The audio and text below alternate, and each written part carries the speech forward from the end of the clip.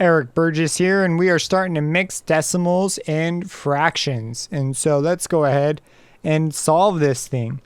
So when we're mixing decimals and fractions, it's wise to usually convert to one or the other. Sometimes there's an advantage to keeping a mixed array of fractions and decimals. But in this case, we're going to go to fractions. And the reason is sometimes you get repeating decimals, and they're difficult to work with because you're going to have more error.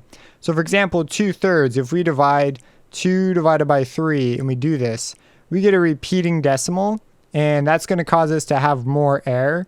So it's easier to just convert 0.25 to a fraction.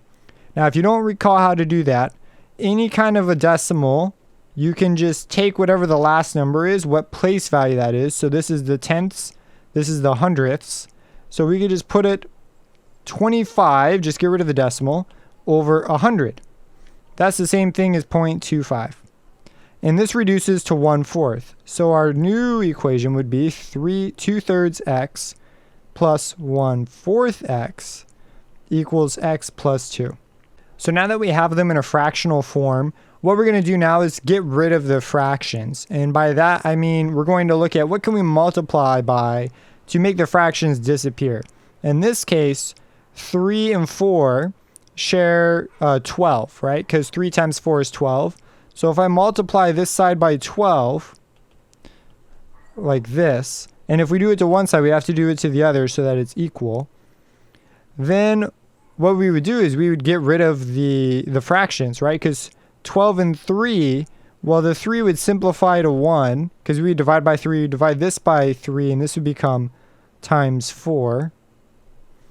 And the 4 and 12 simplify. 4 would become 1 if we divide by 4.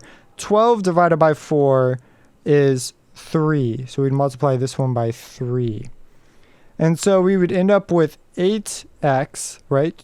4 times 2 plus 3x is equal to, and then if we distribute this 12 here, right, to both of them, we'd get 12x plus 24.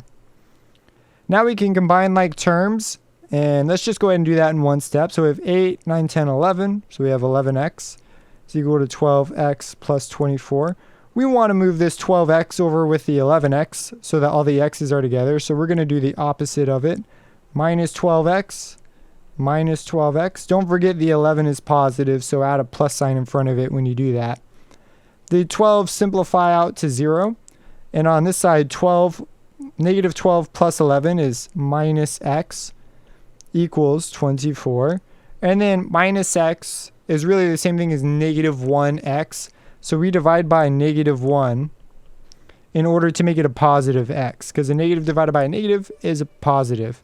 So we get that x is equal to negative 24. And that would be our answer. Now we can go ahead and check this as we have been doing. So on this, we would just simply type in negative 24 for this. So let's go ahead and do that. So I'm first going to type fraction 2/3. And again, if you have this calculator, it's just the green key and the F1 menu. Pick the first option.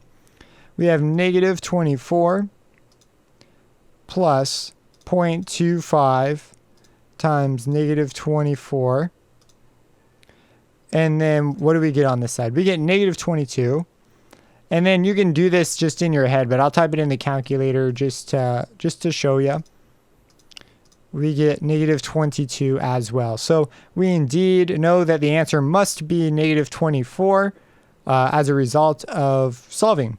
And this is just kind of how you would deal with it. Now, if you did it with decimals here, you might get something very, very close to 24. You would definitely get close, but there would be some more potential for error, where doing it this way with fractions eliminates any problems that would occur because of decimals.